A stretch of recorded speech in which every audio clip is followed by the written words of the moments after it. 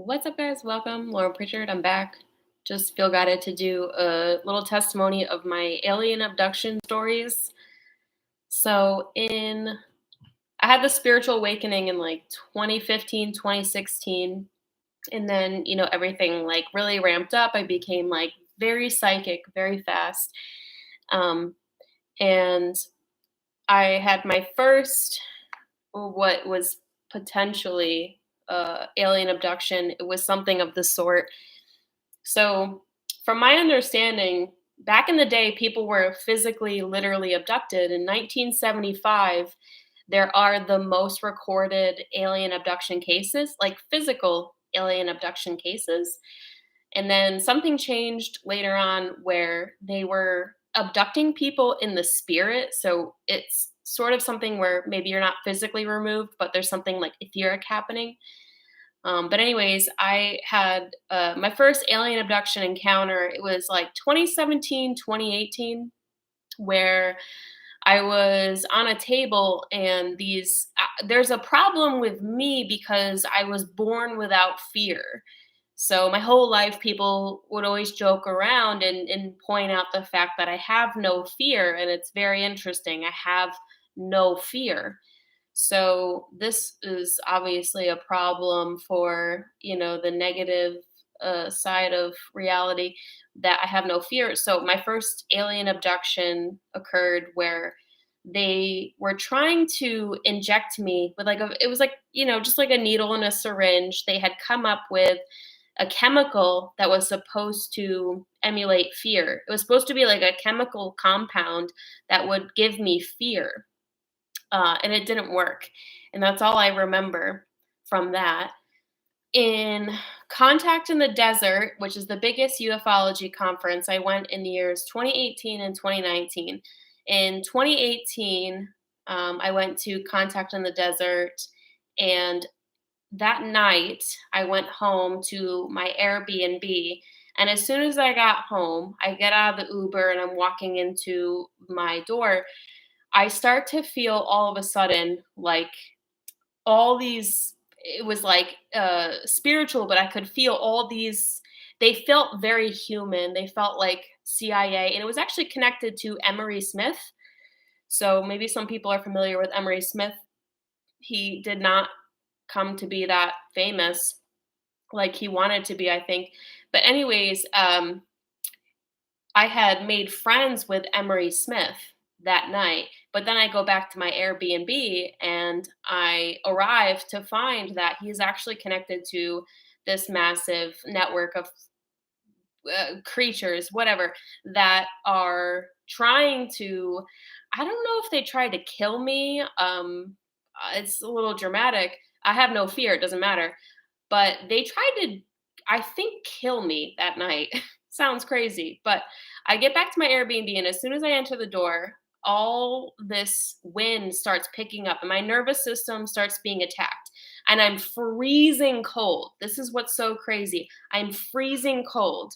And all the wind is just like there's like a mini tornado in the backyard of the Airbnb. I'm sitting outside. I'm on the chair, and I'm just like I'm sitting there and I'm like just praying to God, and I'm just kind of like, what do I do? I'm troubleshooting the situation because there's this huge attack after me. I think they're trying to kill me. I don't care. It's not going to happen. But still, like, I had to deal with what was happening. And I was like, I'm not going to be up all night just dealing with this. So I go inside, and it was funny because I was not saved by Jesus yet, but I prayed to Mother Mary as a shield. And then I prayed to Archangel Michael as the sword. And after I was done praying, I get into bed. I'm freezing cold. I just wrap myself in the blanket and I am like, I'm just going to sleep. And I'm still freezing cold. I'm still being attacked, but I'm like, I am just going to go to sleep. That was 2018. I went back to Contact in the Desert in 2019. I was virtually kidnapped by a Mormon lady, super crazy lady, and she ended up being a witch.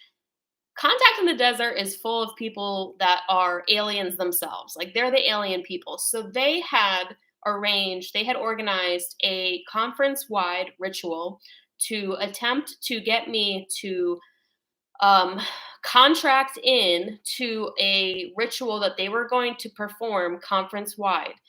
But the problem was, before that happened, Eric Dadmere, who I actually don't mind him for some reason. Even though he was an agent in all of this, for some reason am not really super mad at Eric for doing this, but he gave me what he told me was CBD, but what he actually gave me was THC. And so I was really debilitated on THC. And because I was so debilitated on THC, all I could do was tell every single person that I encountered that Eric Dadmere gave me what told me was CBD and I'm on THC and I am like really in a bad position. That's all I could do was just tell every single person that I encountered that I am super high on THC, basically need your help. Like, please look after me because I am not in a good position. And they were trying to drone me because witches do a lot of droning, which is when they absorb demonic energy into their vessel and then they try to stand near you.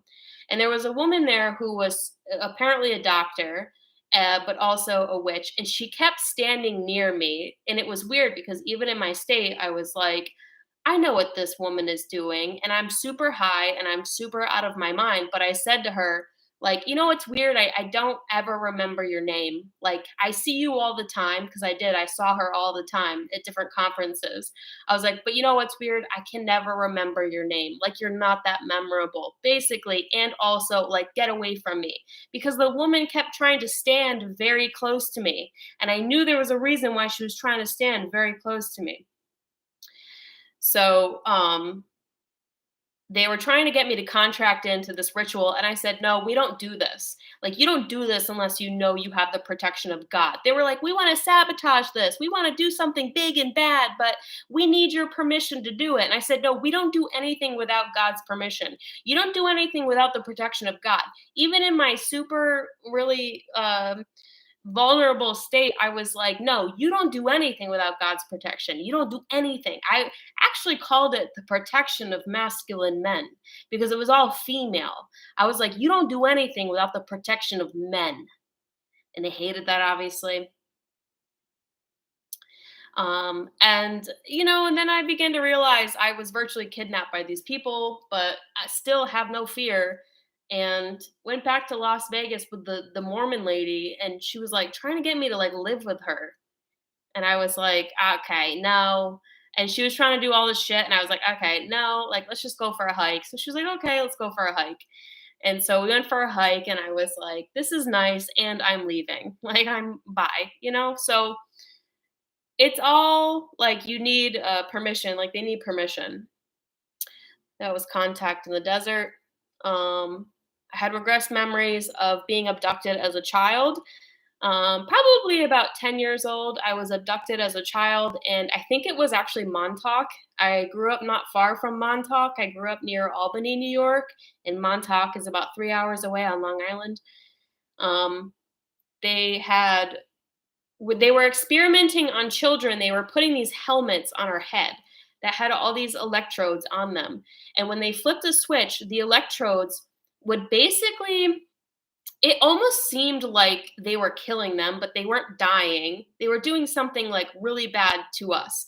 So when they flipped on the switch and all the electrodes were working and they were hurting the kids, mine did not work, right? They flipped on the switch. I have the helmet on, but when they flipped the switch on, it didn't work. And because it didn't work, I was just looking for any other child like myself who could run away with me because I was going to run away, obviously. And so I was looking around for anyone to run away with me. But unfortunately, in this abduction scenario, there were no other kids that were not affected like I was not affected. And I proceeded to run away by myself. That was Montauk. I don't know if this is an abduction scenario, but when I came across James Casbo's material, I had watched all of his videos. And that night, I had regressed a memory. It's like a dream, but it's too real to be a dream, where we were escaping an underground base. So we were escaping the base together. So we found a way out it was almost like a sewer cap, right? Like we were going through a tunnel and there was like a sewer cap. And we got to the end of the tunnel, the sewer cap. I was going to run away and escape. And then James Michael told me, he said, I'm not going with you, because the whole time I thought he was going to come with me. It was almost like, not in a negative sense, but it was almost like he knew I wouldn't leave without him. So he made me think that I was going to leave with him only to get to that point where we were going to escape. And then he told me, I have to stay and you have to go. And that was like really sad for me. It was a really sad memory to regress. But he was like, I was never going to go with you, but you need to leave and I need to stay. So I had to say goodbye. And I knew it was going to be goodbye for a very long time. And then I left anyway and I ran away. Now, coming into these ufology New Age conferences, you run into the same people. I think they're connected to all of these abductions. And there's something where they already have a vendetta against you, right? Because they remember you. Trisha McCannon, in particular, I could tell this woman remembered me. She remembered me as a divergent. She remembered me as somebody she does not like and does not want around. And she had a lot of animosity towards me upon meeting me. She's very dark. These are witches. These are warlocks. These are like alien people. And yeah, you'll find them at these ufology conferences, but you'll also find a lot of beautiful people who are on the other side of history. So those are all of my abduction stories. Physically being abducted, I don't know, like 2017, 2018, tried to inject me with fear. Contact in the Desert 2018, a military operation connected to Emery Smith. They tried to kill me, I think. I don't know what else they were trying to do. It felt like they were trying to kill me. 2019, it was an abduction scenario by Mormons where they were conducting a conference-wide ritual to get me to consent to doing something reckless without the protection of God and man. And then obviously leaving the underground base with James Casbolt. So, yep, that's just that. For some reason, I felt guided to share this. Have a beautiful night. Talk to you again really soon. Do the right kind of people. Love y'all so much.